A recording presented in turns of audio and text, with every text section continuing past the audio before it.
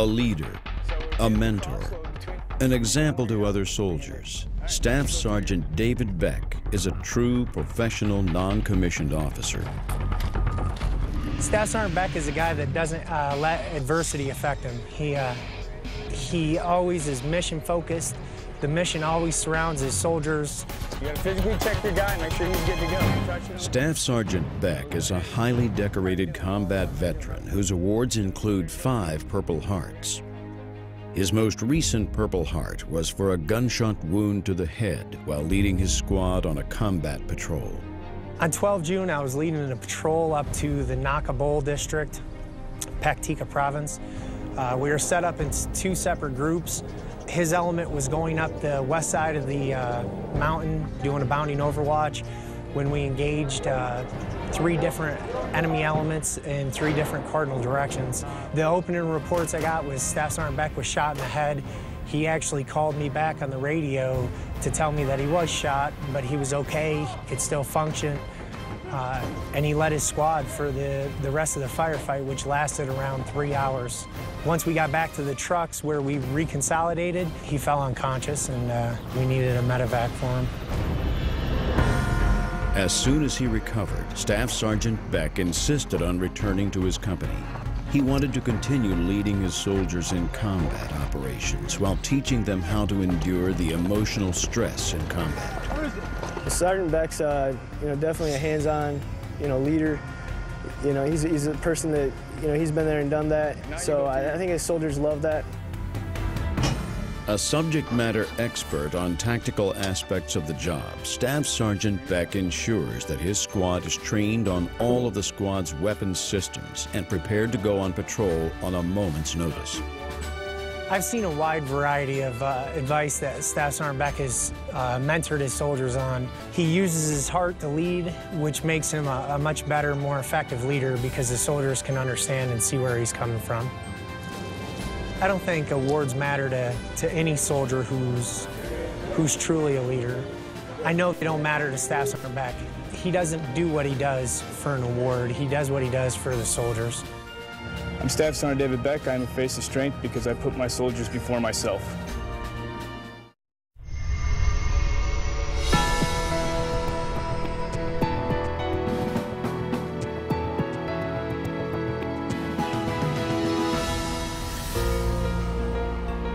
Lorraine Melgosa didn't grow up with dreams of being in the funeral business. But after the death of her father, a World War II pilot, Lorraine realized the importance of providing a proper funeral for a loved one. So she bought a unique 1867 horse-drawn coach with a draft horse and started a funeral carriage service. Jim Herstein, a member of the Colorado Patriot Guard Riders, has watched Lorraine grow her business over the years. Lorraine had been in the funeral carriage business for a while, but when one of the locals, Justin Vasquez, was killed in action, she seemed to get the calling, and it really hit close to home, the cost of freedom for her and others in the community, and that's when she started providing the service at no charge to fallen military men and women. Lorraine doing my son's funeral gave her a sense of pride in what our servicemen and women are doing, and so I believe that's why she wanted to do this for other servicemen and women that have passed.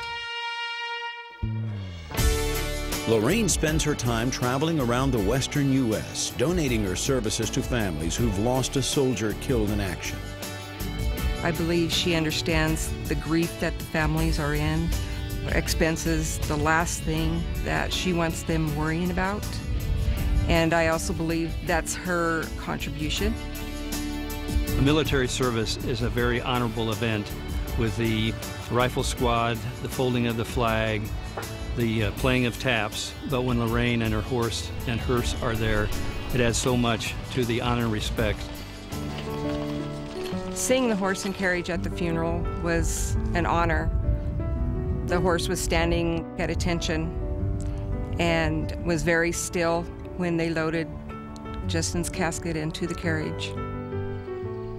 Lorraine may not have planned to devote her life to honoring fallen heroes, but it's become her life's calling.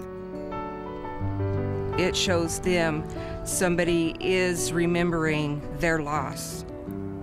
Because I believe that's our greatest fear, mine and other families, is that their son or daughter is going to be forgotten.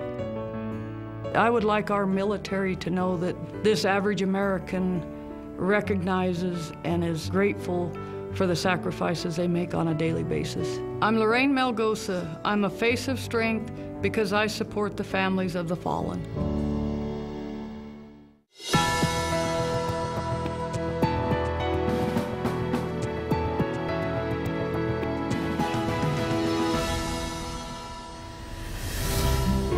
Retired military pilot Lieutenant Colonel James Graham lives a life of service that reaches beyond his Indiana community.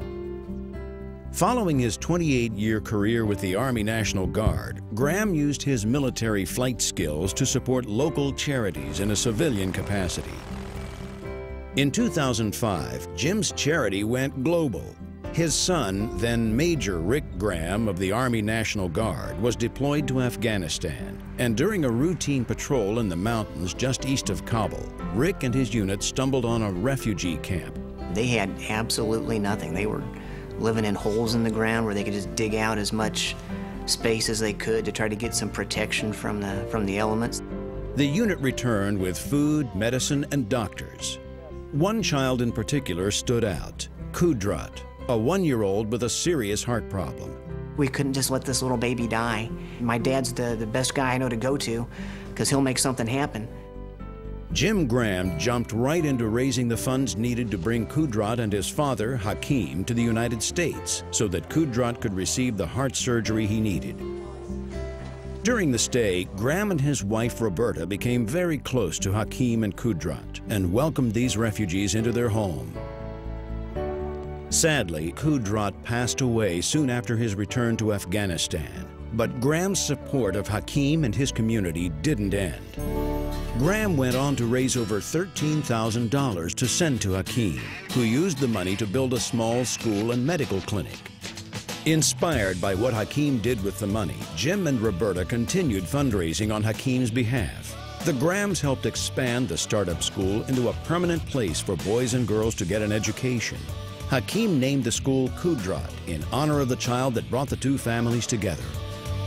I know that he will continue to monitor very closely the needs of the boys and the girls and the families there in Afghanistan, and he will continue to pay attention to those needs and help when he can. The Grahams continue to be ambassadors for good, providing support for those in need. Jim Graham continues to pass his values of family, service, and sacrifice to his friends and family. Jim Graham exemplifies selfless service. It takes a big heart to do what Jim has done through the years. My wife and I believe it's important to reach out to others in the world to promote world peace and understanding. I'm Lieutenant Colonel James Graham, U.S. Army retired.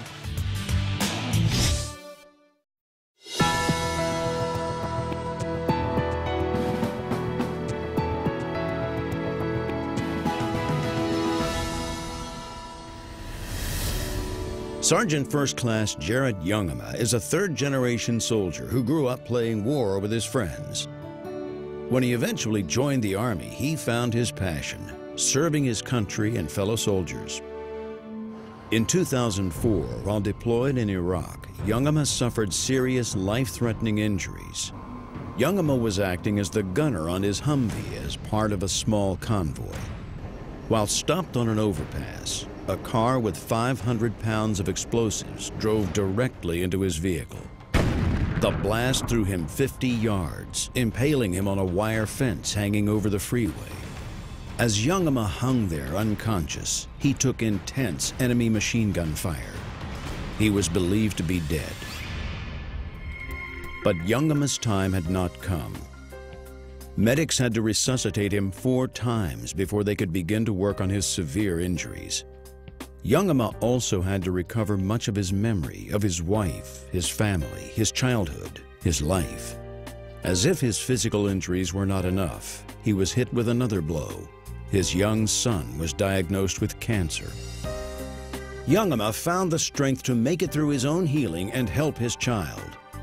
But he still faced a difficult choice: take medical retirement or work hard to recover and remain in the Army. Sergeant Youngema decided he was not ready to give up his career. He is now responsible for filling the enlisted positions in the Air Defense Branch at Human Resources Command. Supporting the professional development needs of his fellow soldiers is his way of continuing to support the Army. I started wondering, how can he still be going? How can he still be in the Army pushing as hard as he does? Sergeant First Class Youngema doesn't let his responsibility stop with the soldier, but also looks at the needs of each soldier's family. It isn't just, I'm going to move you from one Army post to the next, but I'm going to move you from that post to the next one, and I'm going to take into consideration your family and all your medical conditions. And what does this mean for your children if I move you? Youngema wants to keep inspiring soldiers in any way he can. He conducts training and professional development sessions, speaks to wounded warriors, and continues to take a personal interest in each of his soldiers. In spite of all he's been through, Sergeant First Class Youngema's dedication remains strong. He's a tremendous individual. He's a true warrior. He has such unimaginable energy. He has such a focus and drive for life and for his family in the Army. Sergeant First Class Jarrett Youngema knows that strong soldiers make a strong Army. He has recovered, his family has recovered, and together they continue to support the Army. I work hard to support and inspire our soldiers to help them reach their fullest potential. I am Sergeant First Class Jarrett Youngema.